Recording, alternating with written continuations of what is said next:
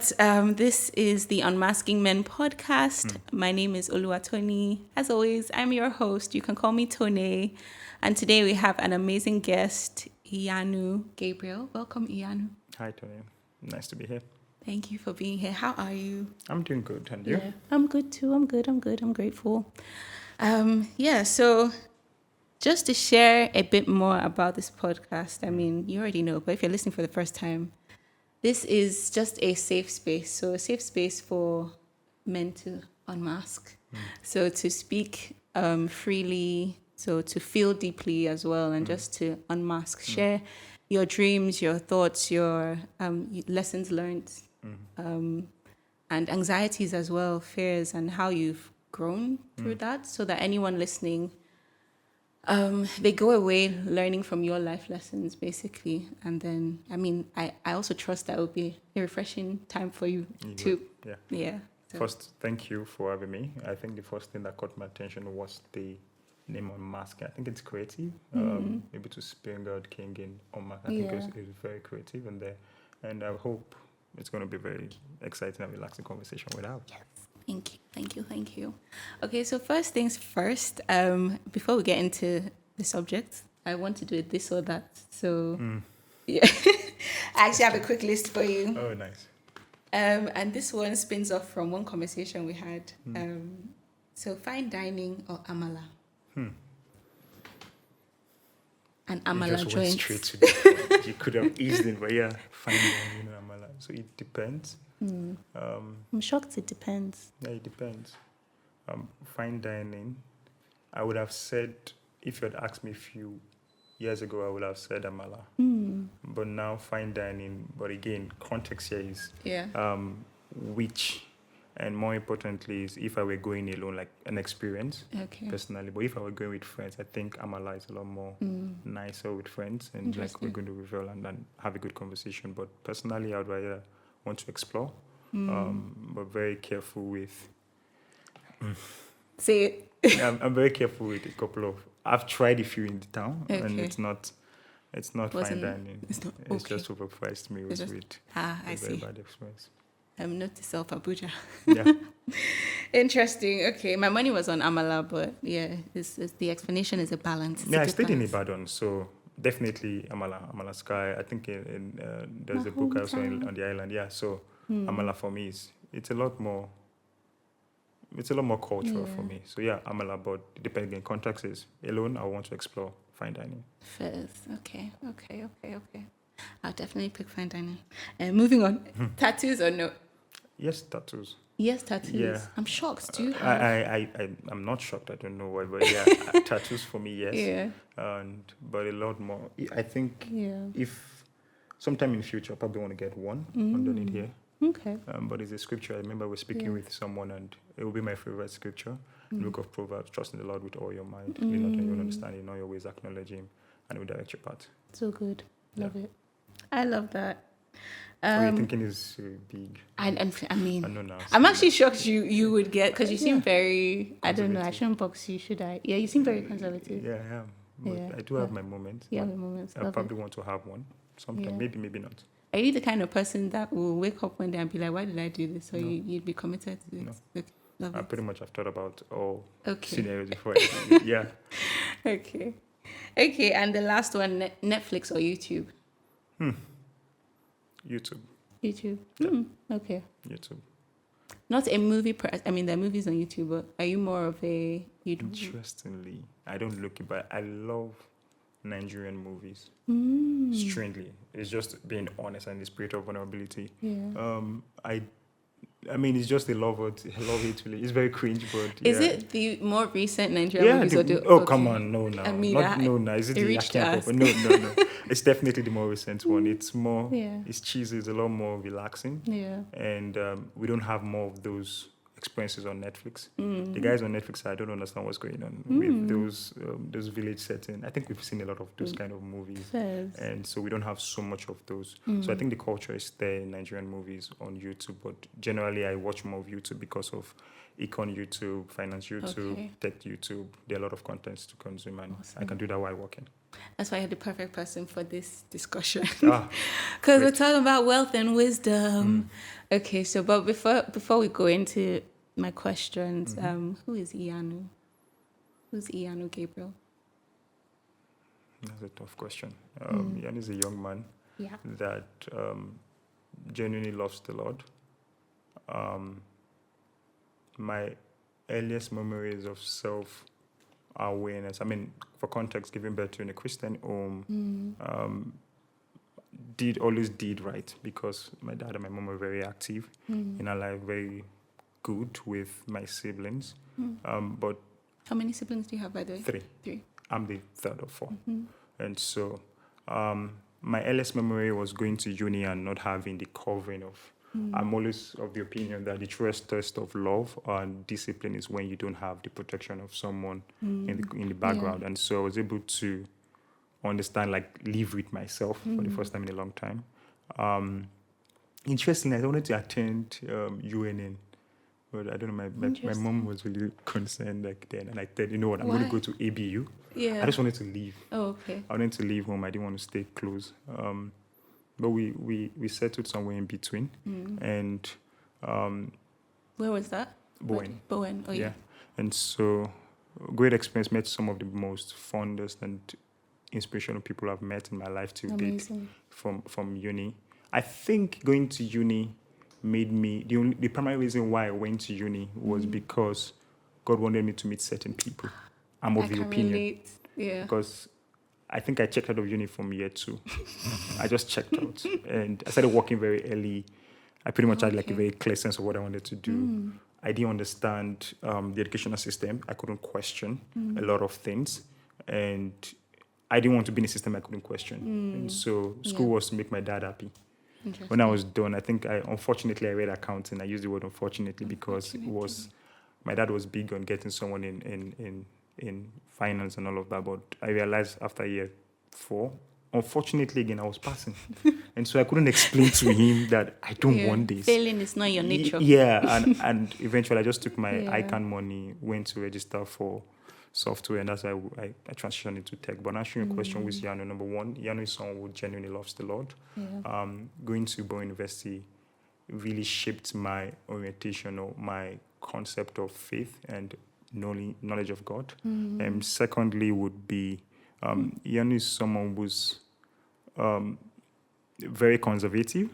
Iyanu is someone who is very detailed. Like I know exactly what I want. I do not compromise on that in as much as. And Iyanu is someone that is learning to forgive himself. I think, because I've been told, I don't know how true this is, that I don't give myself time to, what's the word? To process things, like keep it moving. And both good and bad experiences, like I reflect very briefly and like this is what you did wrong, this is what you did right, and I keep it moving, but I don't dwell on that. And so Iyanu is someone lost a lot, very good with conservative nature, and generally someone who try my best to represent myself. I just feel there's a standard that's hovering over my head, and whether it's at work, whether it's life, I just expect. I think that's my mom's influence. I was going to ask if that's an upbringing thing or that's a you thing. That's my mom. Okay. And I think she's. You probably hear during the course of this podcast like a lot of our value system and echoed a lot of our beliefs. I remember Iyanu is someone who loves to read a lot. That was from my mom. Yep. I grew up with Jesus. I grew up with my mom reading. My earliest memory of growing up was my mom with a library. She had like tons of books. Oh, wow. And so she read everything from our Daily Mirror, from Deeper Life to everything. And so I could always steal her books and read, and I'd pick that nature. So interesting. Yeah, that's Iyanu in a bit. Awesome. Nice to meet you, Iyanu. Thank you. I love what you said about uni bringing like the fondest people to your life, and like you had checked out. I can relate with my university experience being one of just connecting me with the right people like that. Now I trust by God's grace, lifelong friends that God has woven into my journey in such a beautiful way. So I totally relate on that front. I would hone in on what you said about forgiving yourself. Can you just like talk a bit more about that? No, absolutely. Let's step in. Like I said, I'm the third of four kids. My elder ones left school early. My dad worked with the government, Yeah. and it wasn't home mostly. So I had to very early age. There's this great story you love to hear. Okay. Very All early ears? age, Yeah. I had to be the dad. I didn't sign up for it. Interesting. I'm not the firstborn. Yeah, I'm Like- thinking you're the third, right? So Yeah, interestingly, my elder ones they've got like distance age, so Okay. they had gone to uni, okay. and I was just young. One of the reasons why I used to, for context, this is the story. I used to play football as a child. I loved it a lot, and this story, I think this is the first time I'll be sharing it publicly. I think I was in primary school then, and I was responsible. My dad had one of his trips had left, and my siblings Yeah. were in uni, and literally spoke to me like, "You're literally responsible for my mom and my." Oh wow. And I mean, it should make sense Yeah. to me, but I was still young now. And so after school, I go with my kid sister. Yeah. And this particular time, I was just playing football. So I just played and played until it was late at night. And I realized, okay, let's go home. I couldn't find my sister. Oh no. It was trauma. At least now I know it was. But then, Yeah. I think it's because she came to stay with me like a few weeks ago, and I could Yeah. still see that effect of Oh, losing wow. your sister. And so Yeah. I didn't know how to explain, number one, the weight of my dad had spoken to me, my mom.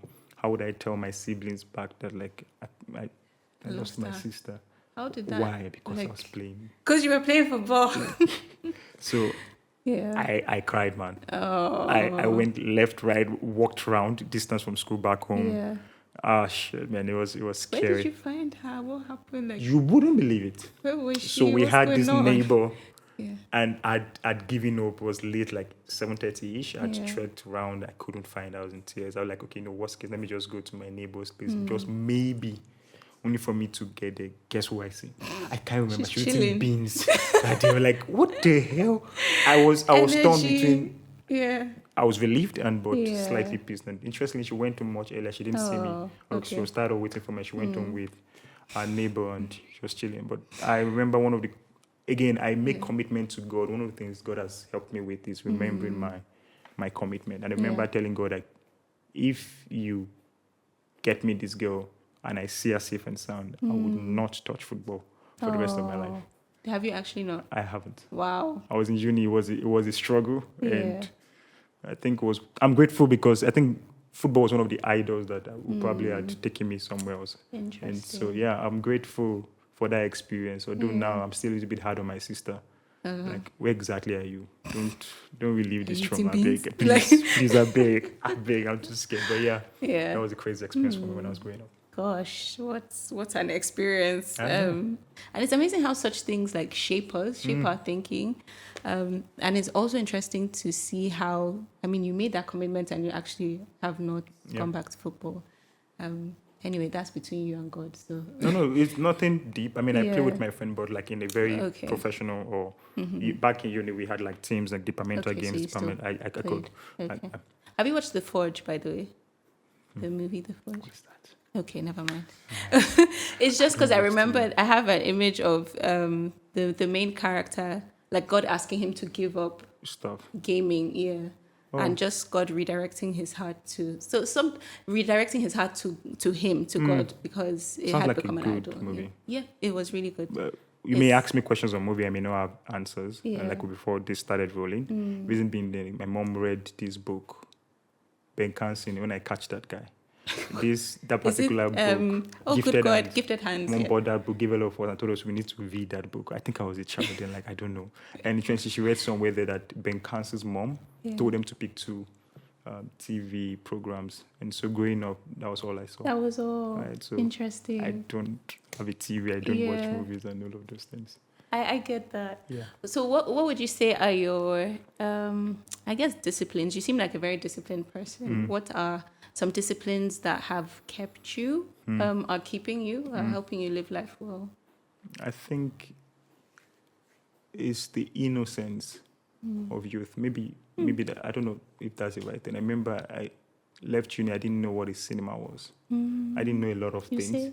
Yeah, I didn't know. Yeah. And one thing my mom did right was I don't have a shortage of self-confidence. I don't love know, I that. don't know. Yeah. I've not done it. I've not done it. I'm not missing And out. that's on periods. Yeah, and I saw it happen with my colleagues in uni, and Yeah. folks were in drugs, and Yeah. why would I? Like, it didn't make sense. Remember living outside of Nigeria, and folks were like drinking. We had like a lot of Yeah. like, I don't get it. I don't want to do it because you're doing so. For me, I think it's. So there was never that pull towards it. I've not had that. I don't understand peer Peer pressure. pressure. I've never experienced it in my life, and so, and I didn't know it was a thing until I left uni. I'd Yeah. always had like a very well grounded. Went to NYC, became the won a state award, became the Okay. NYC. What do they call those things? And I was the youngest for context. I left school Yeah. very young age, and so but I didn't understand peer pressure as the case may be and a lot of that. So your question around this would be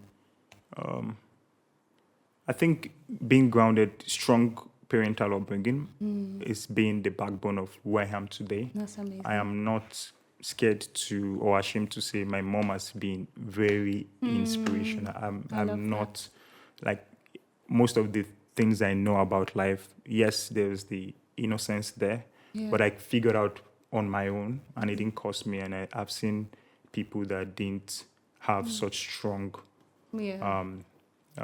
Upbringing. upbringing. I've seen how much it, I won't say damage, but really affected their direction in life.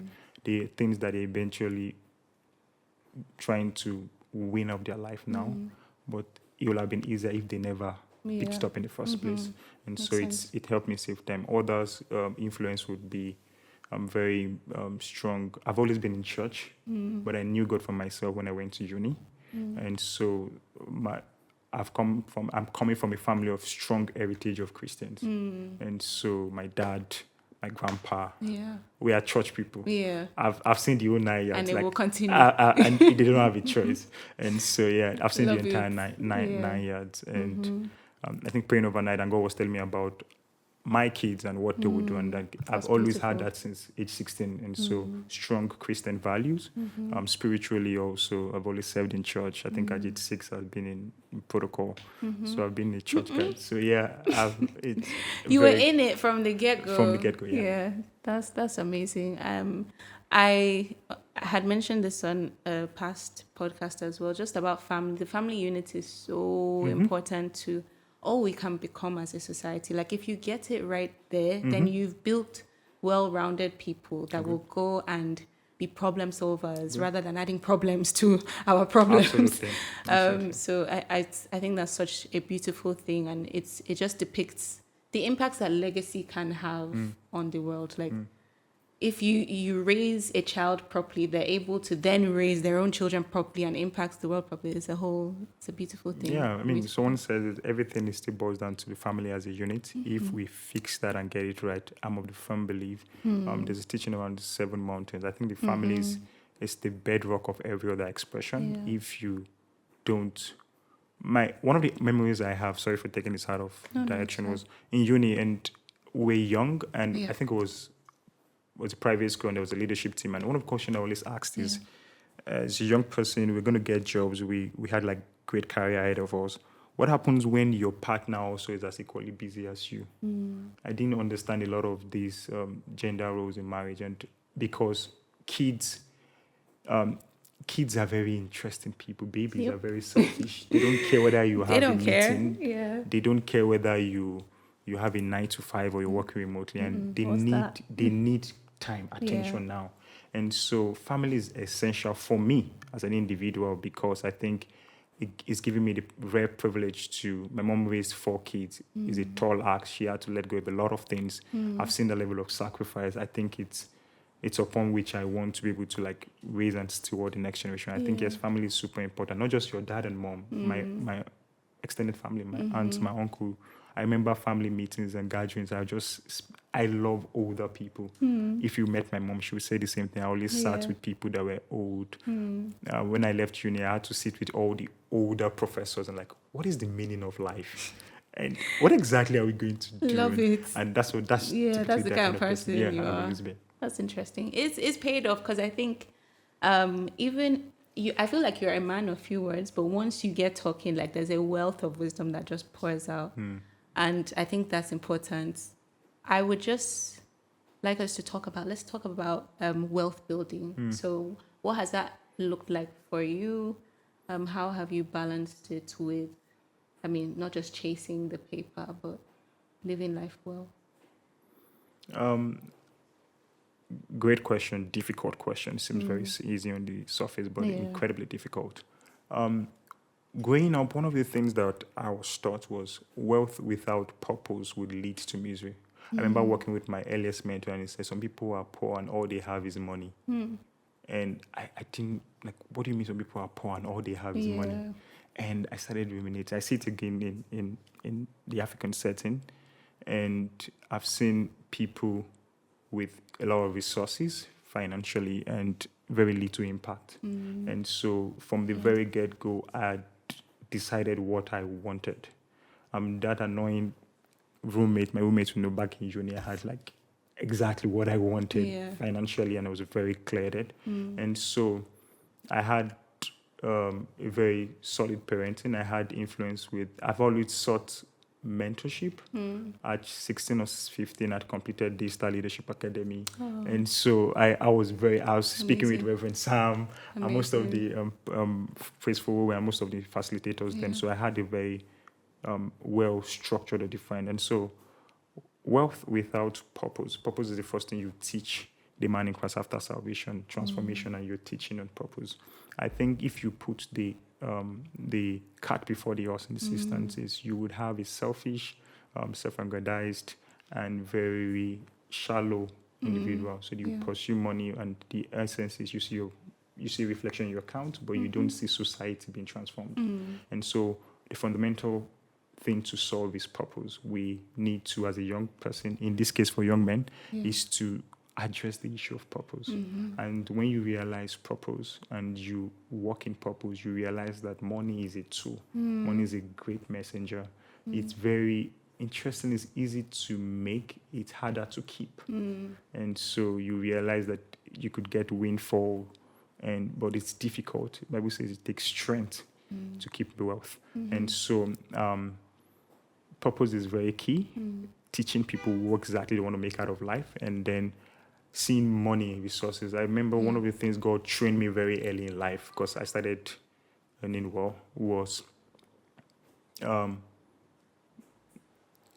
would literally tell me out of my paycheck. I remember telling someone, I think I was living at some time on just 50K a month. I didn't understand, like, God, what did I do? I'm making this money. There's no point keeping it. And it would always tell me, do this and this. I had like a list of I like to think now like I was a VC. It was a VC fund I was running. I had like non-profits, orphanages, homeless home for the prison fellowship. I would always send funds to them, but it won't allow me spend my own money. And one of the things, on myself. And God taught me very early that I can take care of you. So I worked with companies that literally took care of everything: laundry, transport, feeding. I didn't have need for that, and I realized God was trying to teach me very early the power of wealth and the purpose of wealth and how instrumental it is. And so I've seen God show up, but more importantly, He's been teaching me and be able to like school me what exactly to do with wealth. That's so good. That's so good. For the person listening that wants to understand what purpose even is, like, okay, I'm living and I'm seeking for more meaning. Like, how, I mean, you grew up in a Christian home, so you were taught these things. For someone that doesn't have that, how would you guide them towards finding purpose? Yeah, I mean, I would want to advise young people, in this case for men, and don't make the same mistake I did, or expecting a singular voice to tell you, you're going to become a businessman or X, Y, Z. I think more often than not, I was struggling with that expression, and within my friends, my friendship circle, I was just different. And they were more into church. I was in church, but I felt there was more outside of church. But I couldn't put that within the box of what the expression I was being nudged in. And so purpose, it's okay for purpose to change seasonally. You could start out and you're into music, and you ended up into production, something different, movies instead, and you keep moving. I just saw a video when I come here. I think Ashake was into movies before it became who he is today, and so it's a journey. Sometimes you see yourself scribbling and drawing when you're a child. It doesn't mean you're necessarily going to be an artist. Yeah. It's just creativity in you that's trying to find expression. And so in good. that age, expression was art with crayon and pencils. And that it doesn't mean you're going to grow up in that. But having said that also, purpose is dynamic for every season. There is an assignment. I believe in a God that has a kingdom, that has an agenda. And our duty as believers is to be submitted to him. And for every given season, we are at cutting edge of his agenda. So in this season, in this particular locale you are in, and you can't say your purpose is to be X, Y, Z, knowing fully well, if you choose to relocate or the Lord sends you somewhere, it could be completely different. It could be in this season you're going to be I'm in Nigeria now, for example. Tech is not booming, and I can't say my purpose is to be an AI engineer and there are no options or the opportunity. But if I leave to a new country and there's like cutting edge research in AI, I could find those new skills. Yeah. Again, what I'm trying to say in a sense is God works with what is currently available here. And so don't, number one, don't get into the trap of you have to be black and white. It has to be, you're going to be a preacher, you're going to be an accountant. Be very flexible on those tags of career. We're very setting on purpose, and so purpose is very affirmative. It's going to do X, Y, Z. And so for me, I've seen that change every season. But every time I've realized at the very core, God has called me to raise people, and to raise not just people that are going to influence society, but more importantly, I struggle because they usually be decision makers. So there's some people that are called to a large group of people. I'm called to the leaders that would raise the large group of people. And so you would see my growing up, my experiences are quite different. My dealings with God are quite different. And I don't subscribe it or recommend it for everyone. So purpose is very dynamic, number one. Number two is very practically, I would advise looking at your experiences growing up, the kind of home you're from, the kind of background you come up from, your interest is very important. I think God takes the entire, it's like making cake. It's the whole ingredients is important. Your background, your experiences, it's peculiar to you and it's very unique to what God will have you do. So he gives you those experiences, whatever you call mistakes, whether it was from your family, whether it's from your background, your struggles. More often than not, I saw a podcast, was it Lawrence Oyor's dad that had like mental illness, and when he recovered, God granted him a very strange grace to deliver people from that. And that's very unique with God. It takes you from the things that you struggle with, heals you from it, but more importantly, he engraces you with a grace to bring people out of those experiences. So good. That's so good. So profound. You've said a lot in this time. Thank you. You've said a lot of awesome stuff. So you talked about making wealth being easy, and I know people would disagree. Like, I mean, have you seen the economy? Have you seen Nigeria? If we're talking about this country, So I mean, why would you say that? And what would you say to the person that's like, you don't know what's happening in the world? How has it been different for you that you were able to earn well immediately?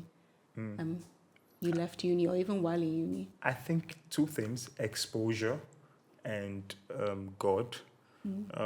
Maybe God before, but I think exposure is important. What's exposure? What do you mean? Like exposure to skill, to value. I'll give a good story.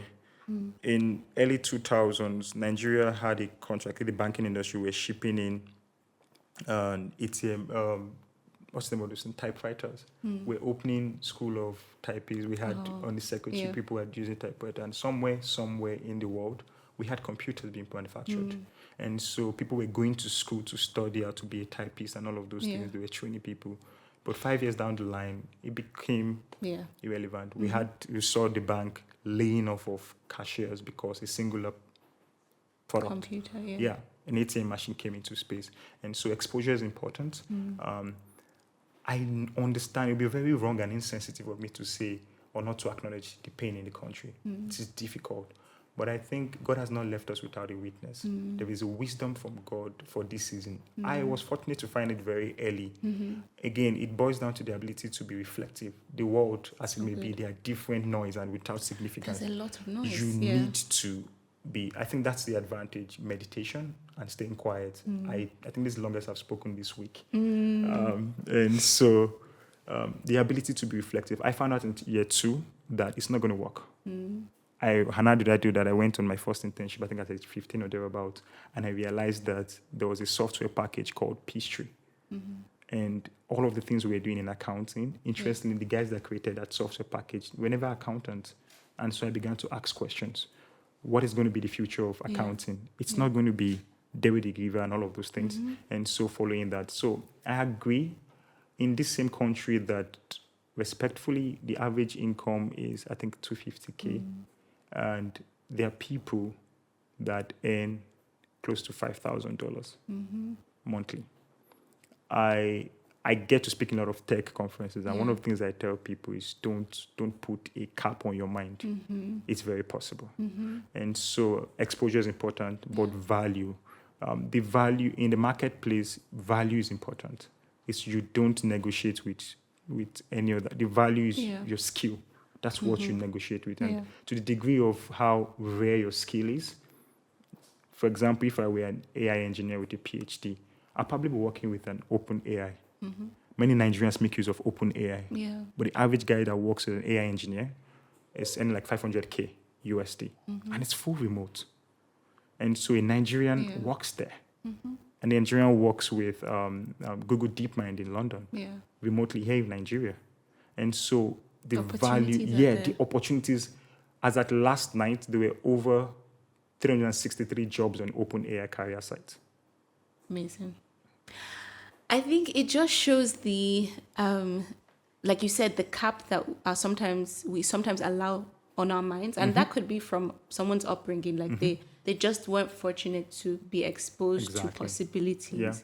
But then you can change that. So you can expose yourself to people that help you think bigger, think better. I mean, read.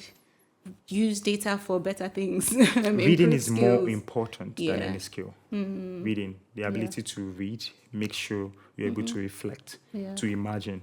Imagination is a skill that is slowly being lost. Like people don't. I didn't have the privilege of what I had. I had to imagine where I am today. I had to use my mind and be creative. And interestingly, someone said, your legs are only liable to take you where your mind have gone to first. You won't go to where your mind haven't been to. So you need to learn to imagine, regardless of your background, regardless of where you're coming from, regardless of your current estate. It is very possible. You dream with God. Again, it starts with God. What is the possibility? What has been written in God's word? The thoughts I have for you are of good to give you an expected end. And it's like a two-leg equation. The equation is good. God has given you good and precious promises. Your responsibility on the act of faith is to partner with God by you being upskilled. You could still choose to learn courses that are not going to be valuable, or you could choose to say, you know what, Lord, I trust your word. I choose to partner with you, and I choose to upskill yourself. It looks good today, but there were years of literally going to library and bookshops and buying books and crying. Like that was old. NYS was a good example. Took my pocket, and that's the bicycle allowance we all had. I spent that on books. I remember crying going back home. I would not forget, and I told God, when will this end? I keep reading, and sometimes just stay. You mean like reading and not seeing changes? Yeah, nothing. Not seeing, You could do that for 5, 10. I've done this for 10 years. You could do that and nothing is changing. But God knows something is changing. It's not yet visible. It's like you planting a seed. It will take time. But keep at it. Reading is essential. Most people do not read. I know it's a cliche when you say readers are leaders, but truly, you can't lead people if you've not read. There's no successful person on earth without a library. It's boring, but that's why they are leading. And then I think technology helps because if you don't like reading, like I know someone that doesn't like to just see plain text on white paper. Fair enough, but there's audiobooks, right? So technology has made it easier for us. The goal is to be educated, not necessarily stuck with paper, but as long as you have information passing into your mind, whether through audio, visuals, or not necessarily just physical paper, you're good. And sharing the knowledge is important as well. So you don't just become a stagnant, I guess, body of water. That's a good illustration. Yeah, amazing. Thank you. And I would just like to ask this very important question about manhood and masculinity. So who is a man to you? Like, who should a man be?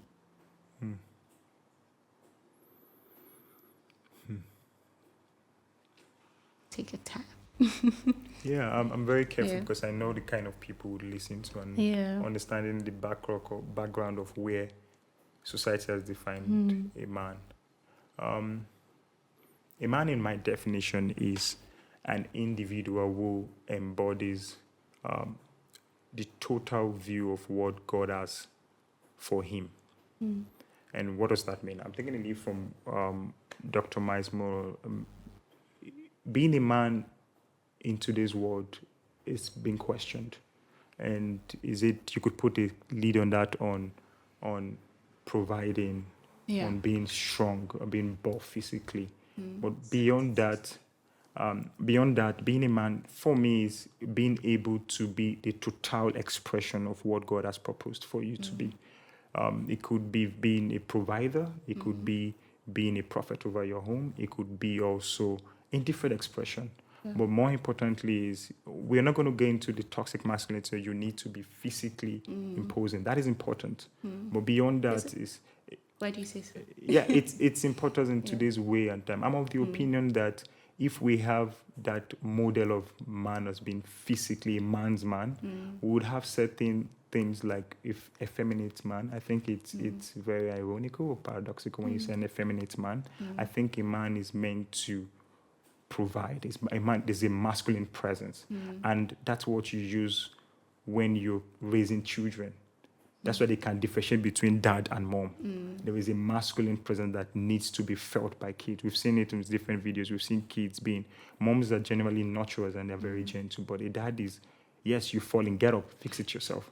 And so there's that masculine, even if you're a lady or a girl, but that role is very important. And so for me, a man is someone who, God is not confused about your gender and all of that. Is a purpose for which a role a man is going to play, and you embodying everything, the totality of that. Not just you're able to provide. We have guys that could provide, but they don't have value.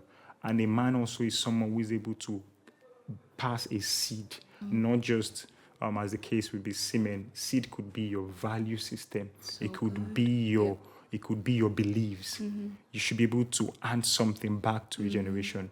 I think it's beyond be able to get a woman pregnant and having children. You should be able to give seed to a next generation. Yeah. There should be a value system. There should be your Call the men up ideologies higher. of there's an ideology Yeah. on Christianity, Yeah. on religion, on faith, on hard work. We saw that the God of Abraham, Isaac, and Jacob, we saw a pattern of hard work, of diligence. And so you should be able to hand. And so there's a totality of what God is expecting of you as a man, and you're able to embody it in every season. You could be gentle. Again, there are pictures of a man doesn't show emotion.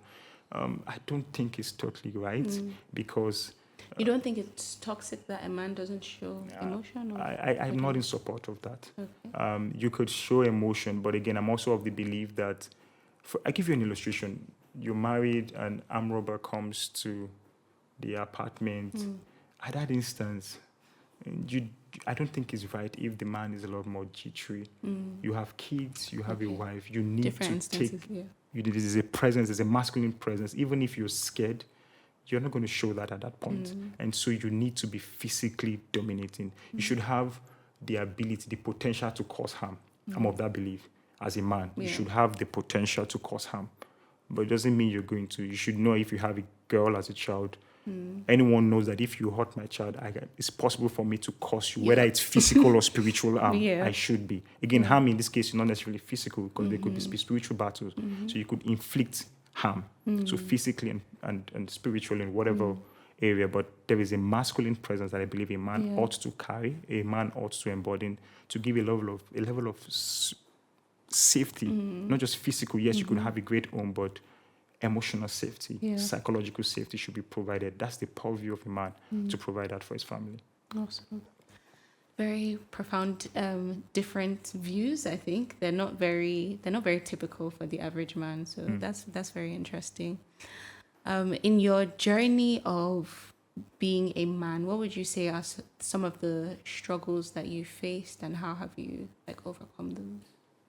Societal expectation. More often than not, when I speak to young people, there is a pressure to.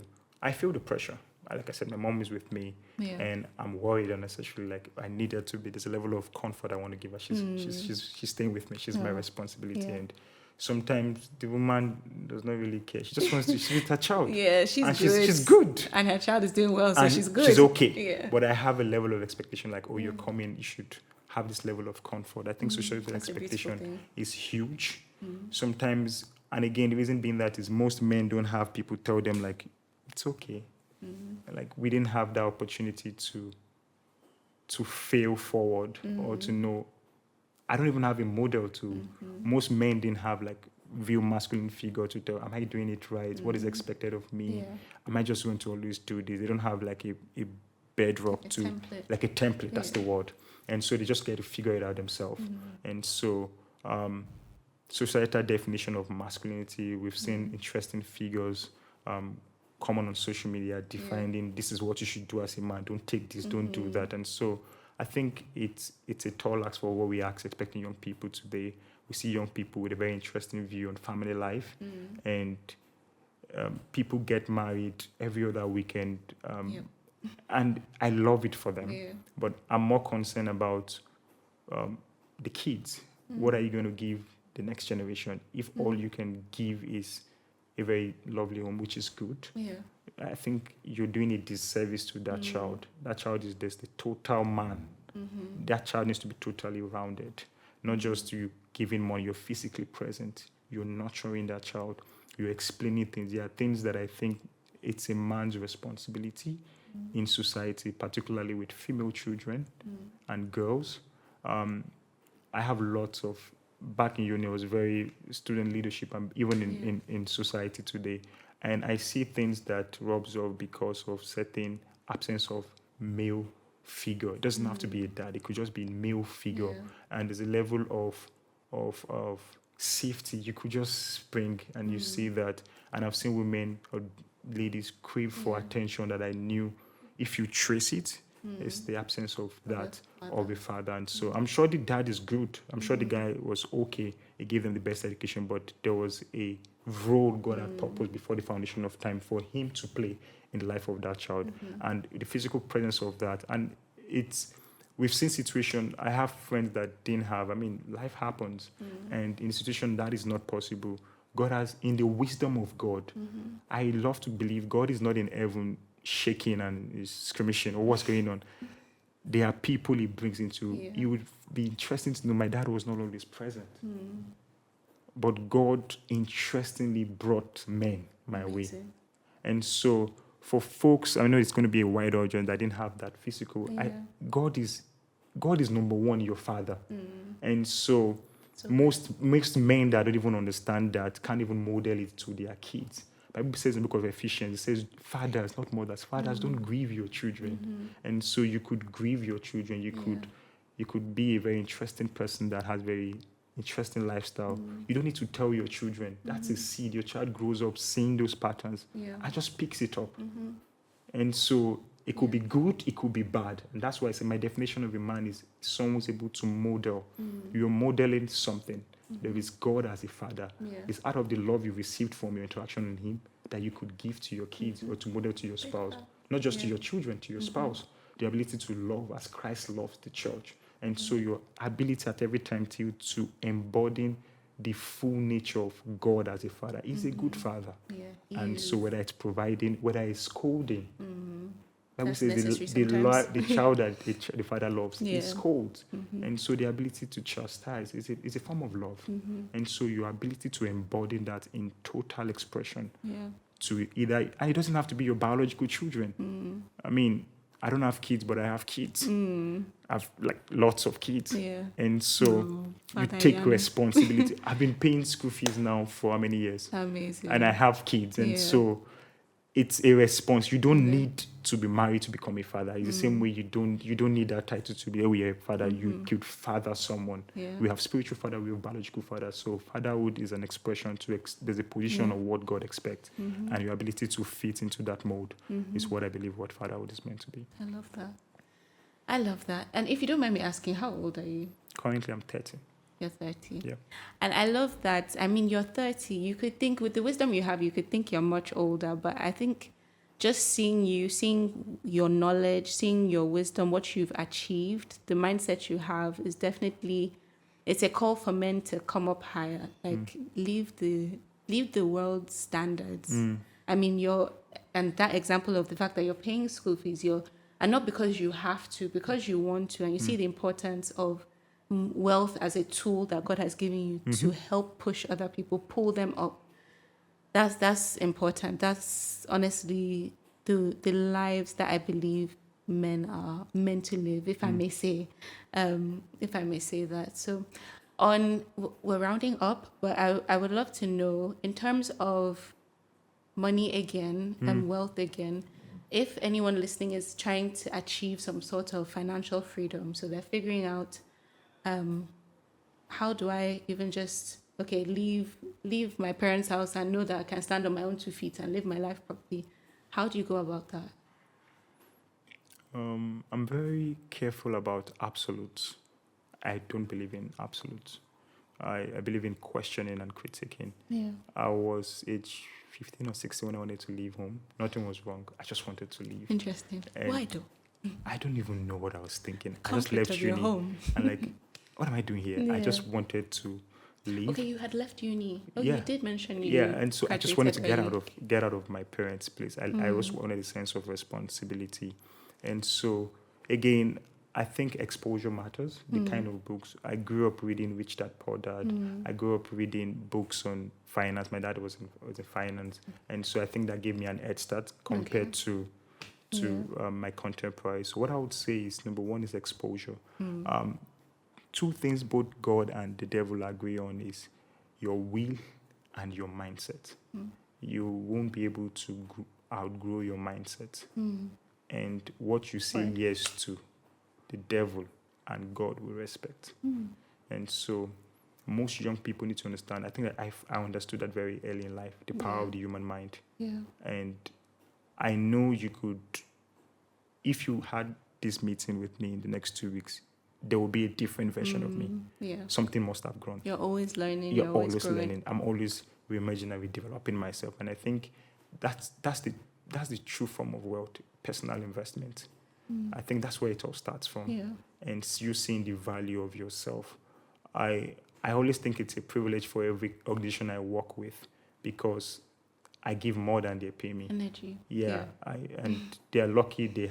I just have that belief. When I leave here, you're getting the better part of this bargain. And so I think the first thing is your mindset. You need to understand the power. We could speak an entire session on mindset, Yeah. the power of the human mind. Your association is important, the kind of people you bring into your space, the kind of environment you grew up in, the kind of pictures you're painting. It's okay if you don't have so much, but it's okay to dream. Go into somewhere that you're very uncomfortable, have conversation with people, reach out to people that you think are not within your tax bracket, do things that just makes you uncomfortable. Yeah. But more importantly, your mind needs to, Bible says, guard your heart. There's a level of guard is a military word. You guard, you protect. There'll be something valuable is there. Yeah. Because out of it, all issues of life springs from. And so you need to be very particular about developing your mind, personal investment before. I think it's on the bed of that investment in self that it expressed with, you see other things. You see people, I love reading biographies because it shows something like people like me can attain to success. And it shows me that with time, with consistency and grit. And so, number one would be grow your mind, invest in your mind. It's okay to, depending on where you are, it's okay to trek today if it's going to cost you a good book. It's okay for you to attend that seminar if you know it's going to invest. It's okay for you to take risk and invest in your mind. Read a lot. Whatever you're doing, you're developing yourself. Yeah. Number two, once you're reading, I think that's the foundation. You figure you get materials to teach you the whole financial management. Like I said, think Rich Dad Poor Dad, Think and Grow Rich, The Richest Man in Babylon. I grew up reading these things, and I had parents that were able to experiment with these things with me, and so they were able to nudge me and tell me, okay, how much are you saving? My brother was running a business in in primary school. Amazing. You get biscuit and you sell it for like I think 10 or markup of like Yeah. 10 or 20% markup, and I was Yeah. able to make money off that. But I think the most important thing like we don't emphasize is we don't have a culture of curiosity. Something with the educational system does not encourage people to be curious. We somewhat have flogged that out, and so wealth is first creativity, the ability to see a gap, see a problem, and once you can teach a child to be that creative, to solve problem, you need to fall in love with problems. Every man will pay for problem. I see that happen every time. You're able to fix problem, take problem and solve it. I think fundamentally, you don't do that if you're not curious to learn. So yes, read as much as possible. And one part is there is a spiritual component of wealth. I remember the first time, let me wrap up on this. The first time I started earning in FX, I just felt it was God's hand on that beat, and you could work out. People, I'm not naive about these things. People work out for years and they don't get this kind of result. I promise you, yes, I read, but it would be unfair to ascribe all of that to my. I'm not that good. I promise you. I'm not that skilled. I didn't attend the best university, but I just think there is, like my name, Iyanu. I think there's God's hand there, and so I'm very careful to acknowledge God. I believe God is making me a steward of these things, whether it's wisdom, whether it's wealth. Beautiful. Thank you so much. Thank you so much for being here. Thank you for sharing your wealth and wisdom. Thank you for having me. Thank you, thank you, thank you. And if you want to close us off in any other words, please feel free to. You can speak to the men. It's all right. You're not doing badly. So I'll just speak to you from my heart. You're not doing badly. I understand it feels like you are catching up. You're playing catch up. A lot of things are happening. Your colleagues are moving. You're not doing so much. It's all right. You're not doing badly. I wish someone had told me this 10 years ago. I wish someone had told me to enjoy those experiences. And today, my life is as a result of those experiences I thought were trivial, those internships that I didn't take serious. I realized that I wish I took them serious. Those relationships and friendships that I'd taken more serious. It's okay.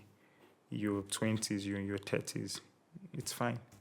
Tomorrow is going to be all right. I can assure you. Make the most of today. Work twice as hard. Love the Lord. You can't outgive God. Give to the Lord. Whether it's your time, whether it's your resources, you can never outgive God.